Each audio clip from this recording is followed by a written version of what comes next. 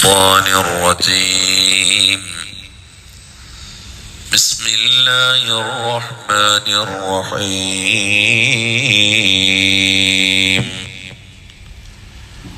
يسأله من في السماوات والأرض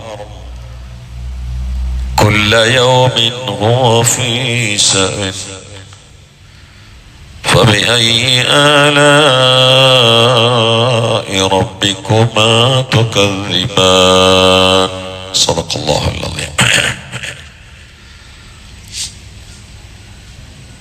അല്ലാഹു സുബ്ഹാനഹു വ തആല അവന്റെ ശക്തിയിലേക്കും ഓർമ്മയിലേക്കും കഴിവിലേക്കും ഒക്കെ മനുഷ്യരെ ക്ഷണിക്കുന്ന പ്രധാനമായ ഒരു ചെറിയ ആയത്താണിത്. കഴിഞ്ഞ ദിവസങ്ങളിൽ പറഞ്ഞത് കുല്ലു മൻ അലൈഹാ ഫാൻ വയബ്ഖാ വജ്ഹു റബ്ബിക ദുൽ ജലാലി വൽ ഇക്റാം എന്ന ആയത്താണ്. സൃഷ്ടിച്ച മുഴുവൻ പ്രതിഭാസങ്ങളെയും നാശം സ്പർശിക്കും, നിലനിൽക്കുന്നതെല്ലാം പാടെ നശിക്കും, നിലനിൽക്കുന്നത് അല്ലാഹു മാത്രമാണ് എന്നാണ് അതിന്റെ ഒരു ഭാഗം പറഞ്ഞത്.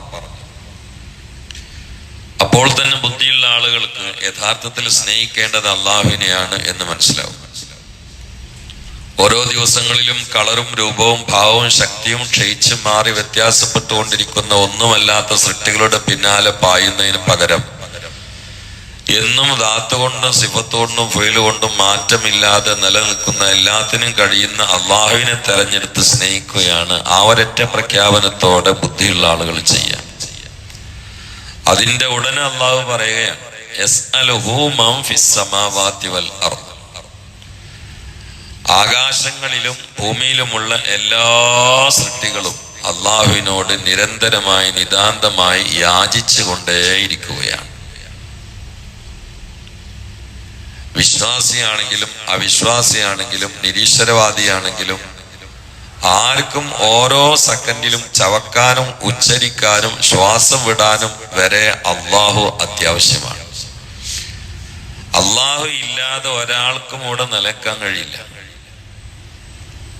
ഞാൻ നിലനിൽക്കുന്നത് ആരുടെയും സഹായം കൊണ്ടല്ല എന്നൊരാൾ പറയുകയാണെങ്കിൽ അത് പറയാനും അള്ളാന്റെ റഹ്മാനിയത്തിന്റെ സഹായം വേണം. അപ്പൊ നമ്മളിവിടെ ഇങ്ങനെ ഇരിക്കുന്ന സമയത്ത് നമ്മൾ ആർക്കും സഹായിക്കാൻ കഴിയുന്നില്ല. നമ്മുടെ ഉള്ളിൽ കിഡ്നി പ്രവർത്തിക്കുന്നുണ്ട്, ഹാർട്ട് പ്രവർത്തിക്കുന്നുണ്ട്, ലിവർ പ്രവർത്തിക്കുന്നുണ്ട്, നരമ്പുകൾ പ്രവർത്തിക്കുന്നുണ്ട്, ബ്ലഡ് സർക്കുലേഷൻ നടക്കുന്നുണ്ട്, മസ്തിഷ്കം ശക്തമായി പ്രവർത്തിക്കുന്നുണ്ട്. ഇതൊന്നും നമ്മുടെ കയ്യിലേ അല്ല. രക്തം ഓടുന്നത് എനിക്കെന്തെങ്കിലും ബന്ധമുണ്ടോ? നിങ്ങൾക്ക് എന്തെങ്കിലും കഴിവുണ്ടോ? നമ്മുടെ ബ്ലഡ് സർക്കുലേഷൻ നിയന്ത്രിച്ചുകൊണ്ടിരിക്കുന്നത് പ്രധാനമന്ത്രിയാണോ മുഖ്യമന്ത്രിയാണോ? നമ്മളിവിടെ ഇരിക്കുമ്പോൾ നമ്മുടെ ആന്തരിക ലോകത്ത് എന്തെല്ലാം പ്രവർത്തനങ്ങൾ നമ്മൾ അറിയാതെ നടക്കുന്നുണ്ട്. അതിൽ വാപ്പാക്ക് പങ്കുണ്ടോ, ഉമ്മാക്ക് പങ്കുണ്ടോ, ഭാര്യക്ക് പങ്കുണ്ടോ, കുട്ടികൾക്ക് പങ്കുണ്ടോ, ആർക്കെങ്കിലും പങ്കുണ്ടോ? നമ്മൾ അറിയണില്ല. ഇന്നലെ രാത്രി നമ്മളെല്ലാരും കിടന്നു, രാവിലെ എണീറ്റു. ആ കിടന്ന സമയത്ത് എന്തെല്ലാം പ്രവർത്തനങ്ങൾ ഉള്ളിൽ നടക്കുന്നുണ്ട്. നമുക്ക് ആർക്കെങ്കിലും ഈ ലോകത്ത് ഏതെങ്കിലും ഒരു കുട്ടിക്കല്ലൊരു ബന്ധമുണ്ടോ? ഒന്നുമില്ല. കാരണം കുല്ല യൗമിൻ ഹുവ ഫീ ശഅൻ, എല്ലാ സന്ദർഭങ്ങളിലും അവൻ പണിയിലാണ്. അള്ളാഹ്ക്ക് ജോലി ഇല്ലാത്തൊരു സെക്കൻഡ് ഇല്ലല്ലോ. അള്ളാഹ് ഏതെങ്കിലും സമയത്ത് ഫ്രീ ആയിട്ട് ഇരിക്കുകയാണെങ്കിൽ ലോകം ചാമ്പലാവൂലേ? ഇതങ്ങനെ പറയാൻ കാരണം ചില ആളുകള് മുന്നേ ഒരു വാദം ഉണ്ടായിരുന്നു, അതുകൊണ്ടാണ് ഖുർആനെ ഗണ്ണിക്കുന്നത്. അല്ലാഹു സുബ്ഹാനഹു വ തആല മൊത്തം കാര്യം നോക്കുള്ളൂ, പിന്നെ ഇടക്കിടക്കൊന്ന് കൃത്യമായി പരിശോധിക്കാന്നല്ലാതെ ഓരോ വിഷയത്തിൽ അല്ലാഹു തആല അങ്ങനെ ഇടപെടൂല എന്ന് വാദിക്കുന്ന ആളുകൾ ഈ കൂട്ടത്തിൽ, മുസ്ലിമീങ്ങളുടെ കൂട്ടത്തിൽ തന്നെ ഉണ്ടായിരുന്നു. അതിന് ആയത്തും ഹദീസും ഓതുന്ന ആളുകൾ ഉണ്ടായിരുന്നു. അപ്പൊ അല്ലാഹു തആല അവർക്കുള്ള മറുപടി എന്നോണമല്ലെങ്കിലും മറുപടി ആകത്തക്ക വിധം പറയാണ്, കുല്ല യൗമിൻ ഹുവ ഫീ ശഅൻ, എല്ലാ സെക്കൻഡിലും അല്ലാഹു ജോലിയിലാണ്. മരിപ്പിക്കണം, ജീവിപ്പിക്കണം, ഭക്ഷണം കൊടുക്കണം, വെള്ളം ഇറക്കണം, ശ്വാസം നിയന്ത്രിക്കണം, ചോദിക്കുന്നതിന് ഉത്തരം കൊടുക്കണം, ആവശ്യങ്ങൾ വീട്ടി കൊടുക്കണം, രോഗം മാറ്റി കൊടുക്കണം, ചിലർക്ക് രോഗം കൊടുക്കണം, ചില അപകടത്തിൽ രക്ഷപ്പെടുത്തും, ചില അപകടത്തിലാക്കണം. അള്ളാഹ് വ്യത്യസ്ത പണിയിലാണ്. ഒരു സെക്കൻഡും അവൻ പണിയിൽ നിന്ന് ഒഴിയില്ല. എന്നാൽ നമ്മൾ പണി പോലെ അവർക്ക് ക്ഷീണമില്ല, ഉറക്കമില്ല, ശ്രദ്ധയില്ലാതില്ല. നമ്മളിപ്പോ ഒരാളൊരു ഡ്യൂട്ടി ഏൽക്കുകയാണെങ്കിൽ നമ്മൾ സാധാരണ പറയലുണ്ട്, എനിക്ക് ഓവറാണ്, ഓവർ ഡ്യൂട്ടി. അള്ളാഹ്ക്ക് ഓവർലോഡില്ല, ഓവർലോഡ് പഠിച്ചോനില്ല. എല്ലാ ആളുകളെയും, ഏത് പാവത്തെയും ഏത് മേലാളനെയും ഓരോ സെക്കൻഡിലും ശ്വാസനിശ്വാസം പോലും കൃത്യമായി നിയന്ത്രിക്കുന്നത് കുല്ല യൗമിൻ ഹുവ ഫീ ശൈഇൻ, അത് പടച്ചോൻ മാത്രമാണ്. പടച്ചോൻ ഏത് സെക്കൻഡിലും ഓരോ ജോലിയിലാണ്.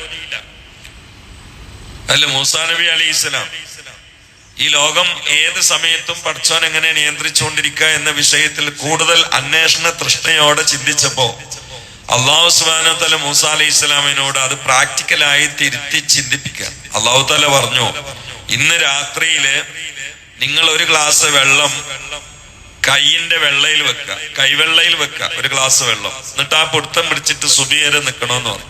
മൂസാ അലൈഹിസ്സലാം ഒരു ഗ്ലാസ് വെള്ളം എടുത്തിട്ട് കൈവെള്ളയിൽ പിടിച്ചിട്ട് ഒരുപാട് സമയം രാത്രി ഉറക്കൊഴിച്ചിങ്ങനെ ഇരുന്നു. കുറയാണ്ട് കഴിഞ്ഞപ്പോ തൂക്കം വന്നിട്ട് ഗ്ലാസ് കയ്യിൽ നിന്ന് വീണിട്ട് ഉടഞ്ഞുപോയി. സനബി എന്തേന്ന് വെച്ചു, മനസ്സിലായി എന്നറിഞ്ഞു. കാരണം അല്ലാഹു തആല ഈ പ്രപഞ്ചം ആസകലം സൃഷ്ടിച്ച് നിയന്ത്രിച്ച് പരിപാലിച്ചുകൊണ്ടിരിക്കുന്നതിനിടയിൽ ചെറിയൊരു തൂക്കം വന്നാൽ എങ്ങനെ ഉണ്ടാവും? ഈ ഗ്ലാസ് ഉടഞ്ഞ പോലെ ലോകം മൊത്തം ഉടഞ്ഞു പോകും. ഖിയാമത്ത് പിന്നെ വേറെ സമയം വേണ്ട, അതന്നെ ആയിരിക്കും. ഖിയാമത്ത് നാളും അള്ളാന്റെ പണിയല്ലേ. അള്ളാഹിനെ കുറിച്ച് ചിന്തിക്കുമ്പോ മഹാ അത്ഭുതല്ലേ. എന്നിട്ട് ഇതിനിടയിൽ അള്ളാഹു തആല ആരോടെങ്കിലും പറഞ്ഞു, ഒരാൾ ഒരു കാര്യം ചോദിക്കാൻ പാടുള്ളൂ, കാരണം എനിക്ക് എല്ലാവരുടെ കാര്യം നോക്കേണ്ടതുണ്ട്, അതുകൊണ്ട് ഒരാൾക്ക് ഒരുപാട് കാര്യം ചോദിക്കാൻ പാടില്ല, അല്ലെങ്കിൽ ഒരു 10 കാര്യം മാത്രമേ ഒരു അടിമ എന്നോട് ചോദിക്കാൻ പാടുള്ളൂ. തീരുമാനം അള്ളാഹു എടുത്ത് നമ്മൾ കുടുങ്ങിയില്ലേ? നമുക്കൊരു ചെറിയ കാര്യം അള്ളാഹിനോടല്ലേ ചോദിക്കാനുള്ളത്.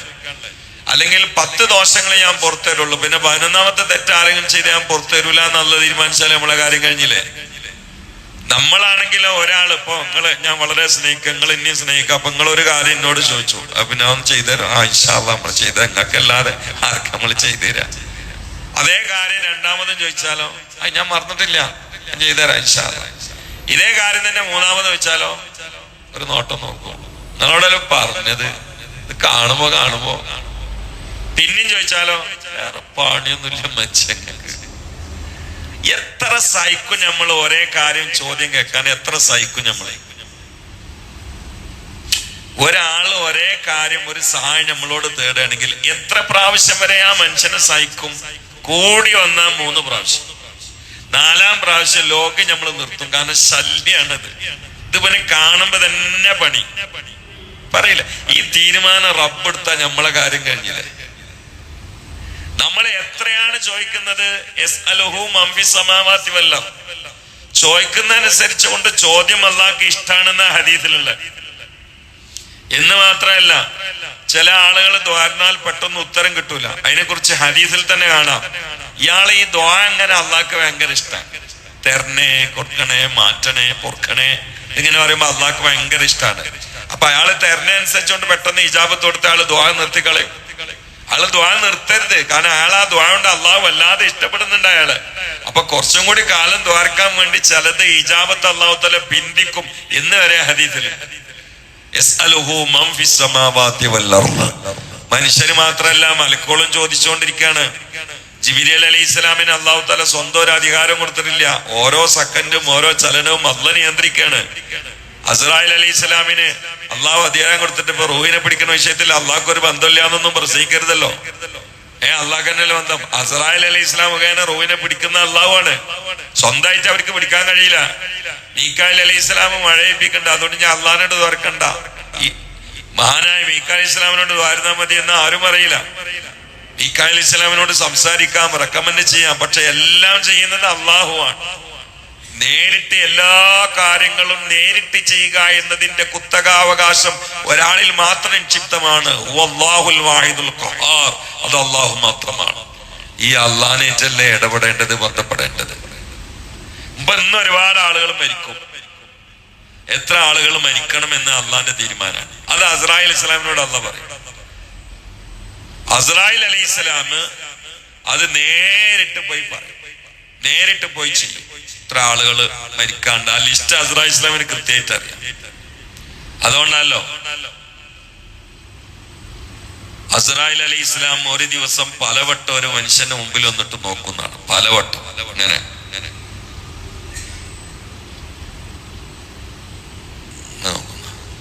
നമ്മളടയിൽ വന്ന് നോക്കിയിട്ടുണ്ടാവും. ബുദ്ധിമാനായ ഒരു പണ്ഡിതൻ അദ്ദേഹത്തിന്റെ കിതാബിൽ എഴുതി വെച്ച് ഓർക്കുകയാണ്, ചില സമയത്ത് മനുഷ്യന്മാരുടെ ശരീരം അവരറിയാതെ ഒന്ന് വിറക്കലുണ്ട്. ഇവിടെ നിന്ന് ഇങ്ങനെ തുടിക്കും, ഇവിടെ നിന്ന് ഇങ്ങനെ വിറക്കും. നിങ്ങൾക്ക് ഉണ്ടാകലുണ്ട് അല്ലേ? എല്ലാവർക്കും ഉണ്ടാകലുണ്ട്. എനിക്കുണ്ടാകലുണ്ട്, എനിക്കുണ്ടാകലുണ്ട്. കാരണം എന്താ അറിയോ, നമ്മൾ ഓരോ പാർട്സുകൾക്കും സ്വയം കാഴ്ച ഉണ്ട്. നമ്മളെ ഈ കാഴ്ച തലച്ചോറേറ്റ് ബന്ധപ്പെട്ട ഈ കാഴ്ച അല്ലാതെ പാർട്സുകൾക്ക് സ്വയം കാഴ്ച ഉണ്ട്. അപ്പൊ ഇസ്രായേൽ അലൈഹിസ്സലാം ഇങ്ങനെ വന്നു നോക്കുമ്പോൾ ചിലപ്പോ നമ്മളെ പാർട്സുകൾ പേടിച്ചിട്ടാണ് വിറക്കുന്നത്. ഇന്ന് ഇറച്ചിക്കണം, ഇന്നലെ നല്ല നോക്കിക്കണം. അസ്രായേലിന്റെ മുമ്പിൽ ഒന്ന് നോക്കുമ്പോളേ അല്ല കുളിരല്ലേ, കുളിര് കയറല്ല, കരള് പൊട്ടണേ. നമ്മളറിയില്ല, കാരണം ഇതേറ്റ് വന്നല്ല. ചിലപ്പോ ഇതിങ്ങോട്ട് തുടിക്കും. വന്നോക്കുമ്പോഴാണ് എത്ര പ്രാവശ്യം വന്നോക്കുന്നുണ്ട് നമ്മളെടുത്ത്. അവസാനത്തെ ഒരു വരവുണ്ട് ഹദീസ് പറയുന്നത്. അപ്പൊ ചിലപ്പോ രാവിലെ നാസ്താക്കണേ കരം, അത് ലാസ്റ്റ് നാസ്ത, ലാസ്റ്റ് പൊറാട്ട, ലാസ്റ്റ് പുട്ട്.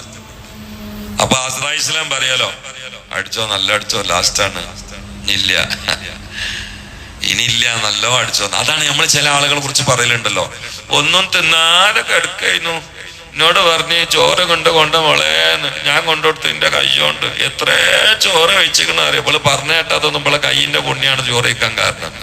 അസ്രായേൽ ഇസ്ലാമിന് സപ്പോർട്ടാണ്. കാരണം കാക്ക ചോറ് വയ്ക്കാതെ കിടക്കായിരുന്നു. അപ്പൊ അസ്രായേൽ ഇസ്ലാം വന്ന് താങ്ങിയതാ, അടിച്ചോ, നല്ല അടിച്ചു മാറിയോ, കാരണം ഇനിയില്ല, ഇനി ചോറില്ല. ആ താങ്ങിയതിന്റെ പവറുകൊണ്ടാ മൂപ്പര് വാരി തന്ന് കൊടുത്ത മരുവളെ കയ്യിന്റെ പുണ്യല്ല. എന്നിട്ട് അവളിങ്ങനെ മരിച്ചാൽ ഇത് നാട്ടുകാരോട് പറഞ്ഞു കൊടുക്കും, ഒന്നും തിന്നില്ല, ഞാൻ കോരിട്ടതൊക്കെ തിന്ന്, ഒന്നും ബാക്കിയാക്കിയില്ല.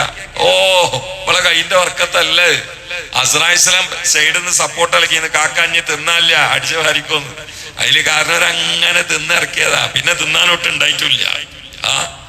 അപ്പൊ ഇനി കൂടുതൽ തിന്നുമ്പൊന്ന് അല്ല, വല്ലാതെ തിന്നാൻ തോന്നുമ്പോ ഒന്ന് കൊളർത്തോളി. കാരണം പഠിച്ചോനെ ഇതിപ്പോ മൂല്യരാ പറഞ്ഞ കൂട്ടത്തിൽ പെടുവോ എന്നൊന്ന് ചിന്തിച്ചിട്ട് തിന്നണേ നല്ലതാ. കാരണം ഇന്നലെ നാസ്താക്കിയ കുറെ ആൾക്കാർ ഇപ്പൊ ഖബറിലാണ്. എന്റെ അറിവിലുണ്ട്. നാളെ നാസ്താക്കാൻ നമ്മൾ ഉണ്ടാവുമെന്ന് ഒന്നും പറയാൻ പറ്റൂല. എനിക്ക് സോക്കട ചെല്ലും പോലെ അത് പറയരുത്. സോക്കടും മരണവും തമ്മിൽ അത്ര വലിയ ബന്ധമില്ല. നമ്മൾ ഉണ്ടാക്കിയ ജഹാലത്താണ് അറ്റാക്ക് കൊണ്ട് മരിച്ചു എന്ന്. ഒരിക്കലല്ല. മരണം ഉള്ളതുകൊണ്ട് അറ്റാക്ക് ഉണ്ടായിന്നാ പറയണ്ടേ. അറ്റാക്ക് കൊണ്ട് മരിക്കൂല. അങ്ങനെയാണെങ്കിൽ അറ്റാക്ക് കൊണ്ട് എല്ലാവരും മരിക്കണ്ടോ? നാളെ ഒരാൾ എന്നോട് പറഞ്ഞു എനിക്ക് 7 പ്രാവശ്യം അറ്റാക്ക് ഉണ്ടായി, അതിനുശേഷം മുടുക്ക് കൂടിക്കണ ശരിയല്ലോ. ആദ്യത്തെ അറ്റാക്കിൽ മരിച്ചു പോണ ആൾക്കാരുണ്ട്. ഈ സോക്കടന് വരാൻ കാരണം എന്താ അറിയോ? ആദ്യത്തിൽ ജനങ്ങളെല്ലാം അസ്രായേൽ നേരിട്ടൊന്ന് മരിപ്പിക്കായിരുന്നു. സോക്കടൊന്നും ഉണ്ടായിരുന്നില്ല, അസുഖങ്ങളില്ലാത്തൊരു കാലം ഉണ്ടായിരുന്നു. അപ്പൊ ജനങ്ങൾ മൊത്തം ചർച്ച ചെയ്യാൻ തുടങ്ങി. നമ്മൾ അവരാ മരിച്ചോ? അതാ അസ്രായേൽ പിടിച്ചോണ്ടായതാണ്. വേറൊരു ചർച്ചയില്ല. അപ്പൊ നമ്മൾ ഇസ്മായിൽ മിഞ്ഞാന്ന് മരിച്ചില്ലേ, അതും അസ്രായേൽ പിടിച്ചോണ്ടായതാണെന്ന്. അപ്പൊ അസ്രായേൽ ഇസ്ലാം അള്ളാഹിനോട് പരാതി പറഞ്ഞു, എനിക്ക് തല നിർത്തി നടക്കാൻ വയ്യ, കൗമ മൊത്തം ഞാൻ പിടിച്ചോണ്ടാ. കാരണം സംഗതി ചെയ്യണതാണെങ്കിലും കേൾക്കാൻ രസമുള്ളൊരു വർത്താനല്ലല്ലോ, കേൾക്കാൻ രസമുള്ളൊരു വർത്താനല്ലല്ലോ. അപ്പൊ അസ്രായേൽ പിടിച്ചോണ്ടായതാണ്. അപ്പൊ അസ്രായേൽ ഇസ്ലാം പറഞ്ഞു ഇതിനൊരു തീരുമാനം കാണുന്നത്, അള്ളാഹിന്റെ പ്രയാസം കണ്ട നമ്മൾ തീരുമാനം കണ്ടോളാം. അന്നാണ് രോഗങ്ങൾ ഇറക്കിയെന്നാണ്. അന്ന് മുതൽ ഇന്ന് വരെ അസ്രായേൽ പിടിച്ചോണ്ടായതാന്നുള്ള വർത്താനം ആരും അറിയില്ല. പിന്നെ എന്താ പറയാ, ഇന്ത്യ മരിച്ചേ അത് കുഴഞ്ഞു വീണതാണ്. കുഴഞ്ഞു വീഴല്ല, റൂഹിനെ പിടിക്കുമ്പോ കുഴഞ്ഞതാണ്. എന്നാലും കുഴഞ്ഞു വീണയുമൊക്കെ ജനങ്ങൾ എത്തുള്ളൂ, പിടിക്കണോടത്ത് കത്തൂല. അപ്പൊ നമ്മൾ അവറ മരിച്ചതോ അത് സൈലന്റ് അറ്റാക്കാണ്. അത് അസ്രായേൽ ഇസ്ലാം എന്ന് ചോദിച്ചതാണ്. എന്റെ അടുത്ത് മെല്ലെ തന്നാണ് കഴിച്ചതായി കിട്ടണത്. ഇപ്പൊ ജനങ്ങളൊക്കെ രോഗത്തുമ്മലാണ് മരണം കൊളത്തേക്കുക. അസ്രായേൽ ഇസ്ലാമിന്റെ പിടുത്തത്തുമ്പോ കൊളത്തേക്കൂല. സംഗതി ചെയ്യണൊക്കെ അസ്രായേൽ ഇസ്ലാമാണ്. ഒരിക്കലും കുഴഞ്ഞു വീണ് മരിക്കൂല. പിന്നെന്താ ഉണ്ടായത്? കുഴഞ്ഞു വീണ് മരിക്കൂല. പിന്നെന്താ ഉണ്ടായത്? അല്ല, അങ്ങനെയല്ല. കുഴഞ്ഞു വീണിട്ട് മരിക്കൂല. പിന്നെന്താ ഉണ്ടായത്? മരിക്കാൻ നേരത്ത് കുഴഞ്ഞു വീണതാണ്. അറ്റാക്ക് കൊണ്ട് മരിക്കൂല, പിന്നെ മരിക്കാൻ നേരത്ത് അറ്റാക്ക് ഉണ്ടായി. കാരണം അസ്രായേൽ ഇസ്ലാമ പിടിച്ചു എന്നുള്ളടത്ത് നിങ്ങോട്ട് വിടണം. അതിനാണ് ഈ ഏർപ്പാട്. വളരെ ഗൗരവമാണ്. യസ്അലുഹു മൻ ഫിസ് സമാവാതി വമാ ഫൗം യസ്അലുഹു മൻ ഫിസ് സമാവാതി വമൻ ഫിൽ അർദ് കുല്ല യൗമിൻ ഹുവ ഫീ ശഅൻ ഫബിഅയ്യി ആലാഇ റബ്ബികുമാ തുകദ്ദിബാൻ. മുഖറബുൽ അംലാക്ക് മലക്ക് ജിബ്രീലും സദാ റബ്ബിനോട് ഹൃദയം പിടച്ച് ചോദിച്ചുകൊണ്ടിരിക്കുകയാണ്. വഹും മിർ റബ്ബിഹിം മുശ്ഫിഖൂൻ. മലക്കുകൾ പോലും ബേജാറായി റബ്ബിനോട് കരയാണ്. അതിന് കാരണം നരകം ഒന്ന് സൗണ്ട് ഉണ്ടാക്കണ മലക്കുകൾ കേട്ടതാണ്. നരകം ഒരു വജിബത്ത് ഉണ്ടാക്കി, ഒരു കുലുക്കുണ്ടാക്കി. അതോടുകൂടി ആകാശലോകത്തുള്ള മലക്കുകൾ മുഴുവനും ഹറൂ സാജിദ സുജൂദ് കണ്ട് വീണ് പേടിച്ചിട്ട് നരകത്തിന്റെ ശബ്ദം കേട്ടിട്ട് ആ സമയം മുതൽ മലക്കുകളൊക്കെ ബേജാറായിട്ട് വഹും മിർ റബ്ബിഹിം മുശ്ഫിഖൂൻ. പടച്ചോനെ പേടിച്ചിട്ട് കെഞ്ചാണ് അതിനെ രക്ഷപ്പെടുത്തണേ. നരകം കാക്കണ മലക്ക് മാലിക് അലൈഹിസ്സലാം വരെ നരകത്തിന്റെ തീജ്വാല കണ്ടിട്ട് അതിന്റെ മുഴക്കം കേട്ട അന്ന് മുതൽ ഞാൻ ഈ പ്രസംഗിക്കുന്ന സമയം വരെ ചിരിച്ചിട്ടില്ല. മിറാജിന്റെ രാത്രിയിൽ മുസ്തഫ നബിയോട് മലക്കുകൾ മൊത്തം ചിരിച്ചു. അഭിനന്ദനത്തിന്റെ പ്രവാഹം, അനുമോദനത്തിന്റെ പൂച്ചണ്ട്. എല്ലാ മലക്കുകളും എല്ലാരും وجاء إلى كل السماء تصففا رسل وأملاك وراء المصطفى فيهم إماما قدموه مشرفا صلى بكل خلفه مأموما صلوا عليه وسلموا تسليما. ആ രാത്രിയിൽ ഇമാമത്തും വഹിച്ചെന്ന് മഅ്മൂമുകൾ അമ്പിയാക്കളും മണി നിന്ന് അവർക്കുള്ളുമേ മർഹബ പാടിയെന്ന് തിരുമുസ്തഫായില് ആദരങ്ങൾ നേർന്നേ. സല്ലു അലൈഹി വസല്ലിമു തസ്ലീമാ. എല്ലാരും അഭിനന്ദനം, പൂച്ചണ്ട്, സന്തോഷം, കെട്ടിപ്പിടിക്കൽ, പുഞ്ചിരി. പക്ഷെ ഒരാള് മാത്രം അല്ലാഹുവിന്റെ റസൂലിനെ കണ്ടപ്പോ നോക്കി ചിരിക്കണില്ല. മുസ്തഫ നബി സഹയാത്രികൻ ഗൈഡാണല്ലോ, മുഖറബുൽ അംലാക്ക് മലക്ക് ജിബ്രീൽ അലൈഹിസ്സലാം. നബി ഇസ്ലാമിനോട് ഓരോ രംഗങ്ങളിലും കണ്ട വിഷയത്തെ കുറിച്ച് വിശദാംശം അന്വേഷിച്ചുകൊണ്ടിരിക്കും. ആ സമയത്ത് ഈ മലക്കത്ത് ചിരിക്കാത്തതിന് എന്താ കാരണം എന്ന് വെച്ചു. എല്ലാവരും ചിരിക്കുന്നുണ്ട്, ആ മലക്ക് എന്താ ചിരിക്കാത്തതെന്ന് വെച്ചു. അപ്പൊ നബി ഇസ്ലാം പറഞ്ഞു, മുത്തനബിയെ, നരകം കണ്ട അന്ന് ചിരി നിർത്തിയതാണ്. അതിനുശേഷം ആരോടെങ്കിലും ആ മലക്ക് ചിരിച്ചിരുന്നെങ്കിൽ അങ്ങയോട് ചിരിക്കുമായിരുന്നു. അത് കണ്ട അന്ന് ചിരി അങ്ങോട്ട് നിർത്തിയതാണ് എന്ന് പറഞ്ഞു. ഇതാണ് നരകം. പടച്ചോനെ, മരിച്ചാൽ രണ്ടാലോ ഒരു സ്ഥലത്തേക്കാലപ്പോ പോണേലേ, ഒന്നുകിൽ ഇങ്ങോട്ട്, അല്ലെങ്കിൽ സുഖലോക സർവ സുഖങ്ങളുടെയും കലവറയായ സ്വർഗത്തിലേക്ക്. രണ്ടാലൊരു സ്ഥലമില്ലാതെ മൂന്നാമത്തെ സ്ഥലമില്ല. ഖബറിൽ ഇത് രണ്ടാലൊന്നിന്റെ അഡ്വാൻസ് ഡോസ് ഉള്ള സ്ഥലമാണ് ഖബർ. ഒന്നുകിൽ നരകത്തിന്റെ തീജ്വാലയുടെ ചൂടും തീച്ചൂളയും, അല്ലെങ്കിൽ സ്വർഗ ഉദ്യാനത്തിന്റെ സുഗന്ധവും സൗഭാഗ്യവും. രണ്ടാലൊന്നേ ഖബറിൽ ഉണ്ടാവുള്ളൂ. അഡ്വാൻസ് അവിടുന്ന് കിട്ടും, ഫുള്ള് മറ്റോടൊന്നും കിട്ടും. അപ്പൊ മരണത്തോടുകൂടി ഒന്നുകിൽ സ്വർഗം അല്ലെങ്കിൽ നരകം. ഈ ഇരുത്തം അള്ളാഹു നമ്മളെ സ്വർഗത്തിലെത്തിക്കാൻ കാരണമാക്കി തരും. നമ്മളിൽ നിന്ന് വിട പറഞ്ഞ ഒരുപാട് ആളുകളുണ്ട്. പ്രത്യേകിച്ച് മിനിഞ്ഞാന്ന് നഫീസ എന്ന പ്രിയപ്പെട്ട ഒരു സഹോദരി വഫാത്തായി. എനിക്ക് അവരുടെ മയ്യിത്ത് നിസ്കരിക്കാന്നപ്പോ തന്നെ ഹൃദയത്തിന് വല്ലാത്തൊരു അഭിനിവേശം എന്ന് അറിയില്ലേ, വല്ലാത്ത. കാരണം എന്താ വെച്ചാൽ ഒരുപാട് മുത്തഅല്ലിമീങ്ങൾ ആലിമീങ്ങൾ കൂടെ ഉണ്ടായിരുന്നു. അത് വലിയൊരു ഭാഗ്യമാണ്, വിജയലക്ഷണമാണ്, വിജയത്തിന്റെ ഒരു മഹാലക്ഷണാണ്. കാരണം സ്വാലിഹ്യങ്ങൾ ഇൽമിന്റെ അയലുകാര് മയ്യിത്തിന്റെ കൂടെ ഉണ്ടാവുക എന്നുള്ളത്. എന്റെ ഉമ്മാന്റെ മയ്യിത്ത് എടുക്കുന്ന ആ രംഗം കണ്ട് വാണിനൊരു കമ്മിറ്റിക്കാർ ഇപ്പോഴും എന്റെ ഏത് പ്രസംഗവേദിയിലും സ്വാഗതം പറയുമ്പോൾ സെക്രട്ടറി പറയും, ഇപ്പോഴും പറയും, ഞാൻ എന്നെ മുമ്പിൽ വെച്ച് സ്റ്റേജിൽ എത്തിയിട്ട് അദ്ദേഹം എന്റെ ഉമ്മ വഫാത്തായിട്ട് ഒരു 10-15 പ്രസംഗവേദിയിൽ വാണിനൊരു വെച്ച് പറഞ്ഞിട്ടുണ്ട്. ഈ വാക്ക് പറയും, കുട്ടികളെ ഉസ്താദുമാരാക്കിയാല് ഇൽമിന്റെ അലുകാരായാലും. കണ്ടില്ലേ, റഹ്മാൻ ഉസ്താദിന്റെ ഉമ്മ മരിച്ചെന്ന് പാൽക്കടലായിരുന്നു. എനിക്ക് ഓർമ്മയില്ല, കാരണം ഞാൻ ആൾക്കാരെ നോക്കിയിട്ടില്ല എന്ന്. എനിക്ക് ആൾക്കാരെ നോക്കുന്ന ഒരു മൂടല്ലായിരുന്നു. പക്ഷെ എല്ലാരും പറഞ്ഞു വാണിനൊരു മൊത്തം കണ്ട് പാൽക്കടലായി എന്ന് പറഞ്ഞു. ഞാൻ തന്നെ അറിയാത്ത ഒരുപാട് ആലിമ്യങ്ങൾ, മുത്താലിമ്യങ്ങൾ ലോകത്തിന്റെ രാജ്യത്തിന്റെ പല ഭാഗങ്ങളിലും വന്നിരുന്നു. അപ്പോ ഈ സഹോദരിയുടെ ജനാസ കൊണ്ടുവന്നപ്പോ എന്റെ ഹൃദയത്തിന് വല്ലാത്തൊരു പ്രതീക്ഷയായി. കാരണം ഒരുപാട് മുത്താലിമീങ്ങൾ, ഒരുപാട് ആലിമീങ്ങൾ അവരുടെ ജനാസ അനുഗമിക്കുന്നുണ്ടായിരുന്നു. അള്ളാഹു താല ആ മഹദിക്ക് ഖബർ സന്തോഷമായി കൊടുക്കട്ടെ. അവരെ പേരിൽ ദ്വാരക്കാന് ചായയും ചീരനിയും കൊണ്ടുവന്നിട്ടുണ്ട് അവരുടെ കുട്ടികള്. അപ്പൊ അള്ളാഹു താല അത് അവരെ എന്തിനുദ്ദേശിച്ചാണോ ബഹുമാനപ്പെട്ടവർ അവരെ കുടുംബം തന്ന ആ ചായ സൽക്കാരം, ഈ ത്വാമാണല്ലത്, സുബഹി നിസ്കരിക്കാൻ വന്ന ആളുകൾക്കുള്ള ഈ ത്വാമ, അത് ഉത്കൃഷ്ടമായ ഒരു അമലാണ്.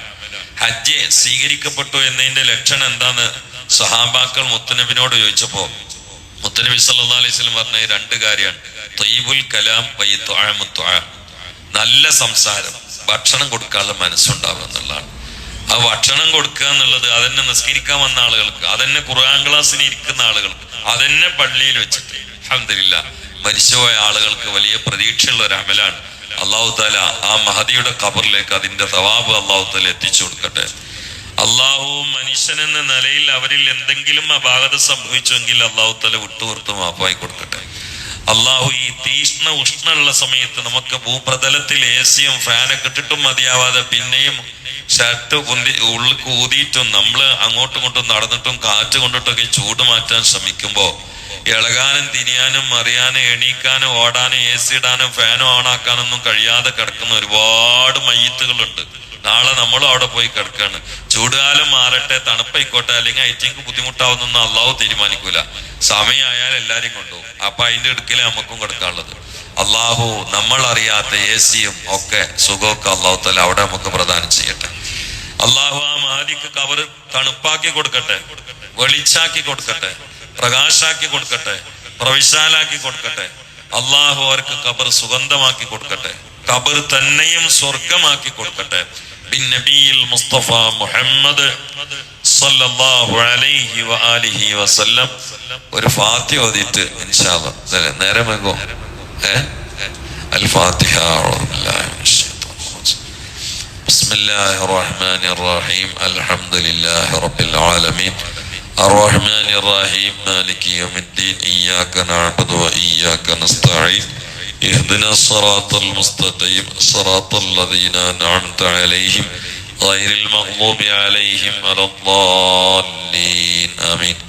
بسم الله الرحمن الرحيم. قل هو الله أحد الله الصمد لم يلد ولم يولد ولم يكن له كفوا أحد. بسم الله الرحمن الرحيم. قل هو الله أحد الله الصمد لم يلد ولم يولد ولم يكن له كفوا أحد. بسم الله الرحمن الرحيم. قل هو الله أحد الله الصمد لم يلد ولم يولد ولم يكن له كفوا أحد. بسم الله الرحمن الرحيم.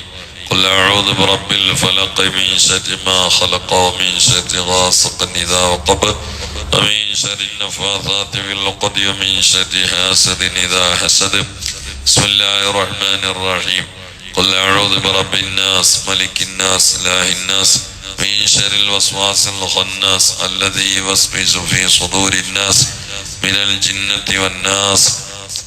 الحمد لله رب العالمين حمدا طيبا مباركا فيه جزيلا جميلا دائما بدوام ملك الله. اللهم صل على سيدنا محمد وعلى آل سيدنا ومولانا محمد. അർഹമുറാഹിമീനായ അല്ലാഹുവേ, പാവങ്ങളായ പാപികളായ രോഗികളായ ദോഷികളായ ബലഹീനരായ ആഖിർ സമാനിലെ ഗതികെട്ടവരായി കഴിയുന്ന ഞങ്ങളെ നീ കബൂലാക്കണേ അല്ലാഹ്. പറഞ്ഞത് കേട്ടത് പകർന്നത് നുകർന്നത് ഇവിടെ ചീർണിയായി കൊണ്ടുവന്നത് എല്ലാം നീ ഞങ്ങളിൽ നിന്ന് ഖൈറായ അമലായി കബൂലാക്കണേ അല്ലാഹ്. ഇതിന്റെ സവാബുകൾ അത്രയും നിന്റെ അഹബ്ബായ അക്രമായ അഷ്റഫായ മുത്ത് മുഹമ്മദ് മുസ്തഫ സല്ലല്ലാഹു അലൈഹി വആലിഹി വസല്ലമയിൽ എത്തിക്കണേ അല്ലാഹ്. മറ്റ് അംബിയാക്കൾ മുർസലീങ്ങളിൽ എത്തിക്കണേ റഹ്മാനേ. അല്ലാഹുവേ, താബീങ്ങൾ തബോ താബീങ്ങളിൽ എത്തിക്കണേ അല്ലാഹ്. 4 മദ്ഹബിന്റെ ഇമാമുകൾ 4 അഖ്താബിലും എത്തിക്കണേ അല്ലാഹ്. ലോകത്തിന്റെ അഷ്ടദിക്കിൽ ബർസഖിൽ വിശ്രമിക്കുന്ന മഹാന്മാർ മഹദികളിൽ എത്തിക്കണേ അല്ലാഹ്. ചുറ്റുഭാഗങ്ങളിൽ കിടക്കുന്ന ഖുതുബുസ്സമാൻ, അതുപോലെ അബ്ദുറഹ്മാൻ നഖ്ശബന്ദി, നാടിന് നാമകരണം നൽകിയ ശൈഖ് സിറാജുദ്ദീൻ തങ്ങൾ, ഈ മഹല്ലിൽ കാളിയായി ജോലി ഖിദ്മത്ത് ചെയ്തിരുന്ന, നേതൃത്വം നൽകിയിരുന്ന മരക്കാർ ഉസ്താദ് അടക്കമുള്ള ഉലമായിലെത്തിക്കണേ അല്ലാഹുവേ. പള്ളിയുടെ ചുറ്റുഭാഗത്ത് കിടക്കുന്ന മഹാന്മാർ, കാട്ടിലെ തങ്ങളടക്കമുള്ള സയ്യിദന്മാരെല്ലാവരിലും എത്തിക്കണേ മഹാന്മാർക്ക് ദറജ ഉയർത്തി കൊടുക്കണേ ഞങ്ങളിൽ നിന്ന് വിട പറഞ്ഞ് ഖബറിൽ കിടക്കുന്ന മുഅ്മിനീങ്ങളുണ്ട്, പ്രത്യേകിച്ച് മാതാപിതാക്കൾ, അവരിലേക്ക് എത്തിക്കണേ റബ്ബേ. അവരെവിടെയാണെങ്കിലും ഖബറുകൾ നീ സ്വർഗമാക്കി കൊടുക്കണേ അല്ലാഹുവേ. 2 ദിവസം വിട പറഞ്ഞ ബഹുമാനിയായ നഫീസ എന്ന സഹോദരിയിൽ എത്തിക്കണേ ഖബർ നീ സന്തോഷമാക്കി കൊടുക്കണേ സ്വർഗമാക്കി കൊടുക്കണേ ആ വീട്ടുകാരി രാവിലെ ചെയ്ത ചീർണിയുടെ സവാബ് അവരിലേക്ക് നീ എത്തിക്കണേ ഖബർ കണ്ണെത്താ ദൂരത്തേക്ക് പ്രവിശാലമാക്കണേ റബ്ബേ. പാവങ്ങളായ അടിയങ്ങൾ ഇന്നല്ലെങ്കിൽ നാളെ വന്ന് കിടക്കുന്ന ഖബറുകൾ നീ സന്തോഷമാക്കി തരണേ ആരുമില്ലാത്ത ഇടുങ്ങിയ ഇരുട്ടുകൊണ്ട് പെയിന്റിട്ട ഭീകരമായ ഗുഹയിൽ ഞങ്ങളെ അദാബിലാക്കല്ല നിന്റെ റഹ്മത്തിൽ പൊതിയണേ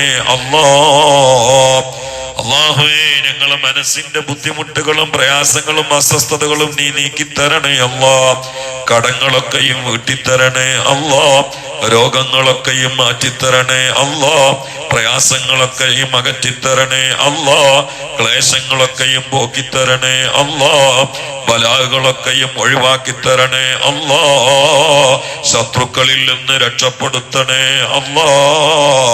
അല്ലാഹുവേ. നാടിനെ അഭിവൃദ്ധിയിൽ നിന്ന് അഭിവൃദ്ധിയിലാക്കണേ ദഅവത്തിന് വേണ്ടി താങ്ങും തണലുമായവരെ നീ ഏറ്റെടുക്കണേ അവരെ പ്രയാസങ്ങൾ തീർത്തു കൊടുക്കണേ അവർക്കും ബന്ധുക്കൾക്കുമുള്ള രോഗങ്ങൾ മാറ്റിക്കൊടുക്കണേ ഞങ്ങളെ ക്യാൻസർ അറ്റാക്ക് സ്ട്രോക്കിൽ പെടുത്തല്ല മറ്റു മാരക രോഗങ്ങൾ മാറാവ്യാധികളിൽ തളർത്തല്ല അപകടം വരുത്തല്ല പെടുന്നനെ മരിപ്പിക്കല്ല അല്ലാഹുവേ. രൂക്ഷമായ ജലക്ഷാമമാണ്, ഈ ക്ഷാമത്തിൽ നിന്ന് രക്ഷപ്പെടുത്തണേ തീഷ്ണമായ ഉഷ്ണമാണ്, ഉഷ്ണത്തിൽ നിന്ന് സലാമത്താക്കണേ കുടിവെള്ളത്തിന് വഴികൾ തടസ്സപ്പെടുത്തല്ലേ ശുദ്ധമായ പേമാരി തരണേ اللهم انصر أمة سيدنا محمد وارحم أمة سيدنا محمد تجاوز عن أمة سيدنا محمد اجعلنا من خيار أمته ومن محبه يا رب العالمين. ربنا تقبل منا إنك أنت السميع العليم وتب